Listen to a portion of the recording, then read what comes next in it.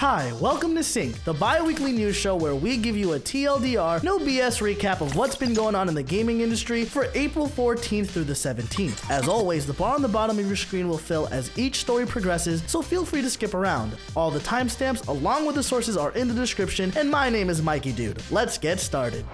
ESRB announces loot box rating notice.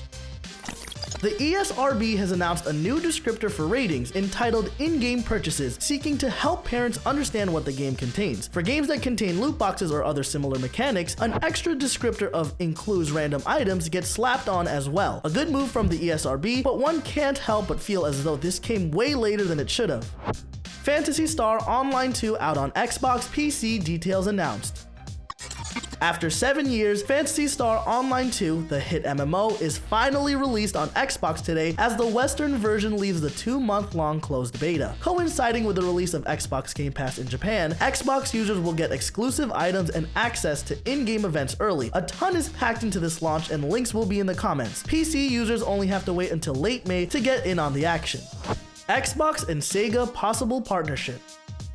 A tweet from the @SegaBits Twitter account that has now been deleted showed a slide from what would have been a joint announcement between Xbox Game Studios and Sega. This led to rumors of an upcoming digital announcement with the two companies announcing a possible partnership. Not a first for the two gaming giants, as Sega ported a lot of Dreamcast titles to the original Xbox. It is all speculation at this time, but a partnership doesn't seem out of focus for the two studios. Crysis announcement teased through Twitter. After a small teaser on April Fool's Day, fans of Crysis took notice of some unseen footage we shared with you in a previous episode. While this week, the official Crysis Twitter account put out their first 2 tweets in almost 4 years, receiving data and "Hey Nomad, you're still with us?" These 2 cryptic tweets hint toward a return of this long dormant franchise known for setting graphics cards on fire. Terraria's final update launch date revealed. Terraria's final update, Journey's End, has been given a release date for PC, that being May 16th, 2020. Other platforms will presumably be not far behind, and this update is slated to overhaul most of the basic content of the game, including adding more items that are currently present in the game and adding a variety of enemies and biomes to the game, along with adding more difficulty modes. Steam Game Festival Summer Edition announced. Valve has announced the next iteration of the Steam Game Festival Summer Edition, running from June 9th to the 14th. Valve promises demos and live dev talks throughout the event. Organizers tease the event coming to more platforms and will share more details on the game lineup as the event draws closer. Voice actor Rick May passes away due to COVID-19. Noted video game and otherwise voice actor Rick May has sadly passed away from COVID-19. Titles us gamers will recognize his voice from include his role as a soldier in Team Fortress 2, Dr. M from the Sly Cooper franchise, and Peppy and Andros from the Star Fox franchise. The entire team here at Sync is keeping Rick and his family in our thoughts. More Resident Evil 4 remake details. Noted leaker Dust Golem has provided many more details on the upcoming remake of Resident Evil 4. He confirms the reports we previously shared with you, as well as explaining that the team size on Resident Evil 4 is far larger than the previous remakes, and M2, dev studio for the game, was literally built around the task of making this game. Very exciting news, sadly though, for a game that we may not see until 2021 or 2022. Journey coming to Steam. Publisher Annapurna Interactive has announced Journey, previously a PlayStation exclusive, will arrive on PC on June 11th. Players can wishlist the classic adventure game on Steam right now. No word on extra features for the PC, such as 4K resolution or uncapped frame rates. Sony launches Play at Home initiative. Sony announced this week a new Play at Home initiative that brings a few free games and indie funding for companies throughout the industry. The 2 games available to start are Uncharted: The Nathan Drake Collection and the well-loved indie title Journey. Both of these games will be free to claim through May 5th, and they are yours to keep. Sony also set aside $10 million in funding for indie developers that might be in a tough spot. Artifact Development Map Update. To bring back which was killed is no easy task, and exactly what Valve's Artifact team is attempting to do. This week, an update posted to the Artifact blog highlights a few major changes coming to the core gameplay, including some major changes that reflect feedback from the community and help with newer players picking it up for the very first time. It's still a long way from a re-release, but the team seems dedicated to this revival. Switch update brings new features. The Nintendo Switch released its 10.0 update that brings a whole host of new features. A major change allows users to customize button assignments within the settings, a feature well appreciated on the PS4 and Xbox One. This update comes with a change to system transfers as well, something that pained Switch users in the past. Alongside this update were some Joy-Con updates that must be manually applied in the settings. Destiny's future is coming faster than expected.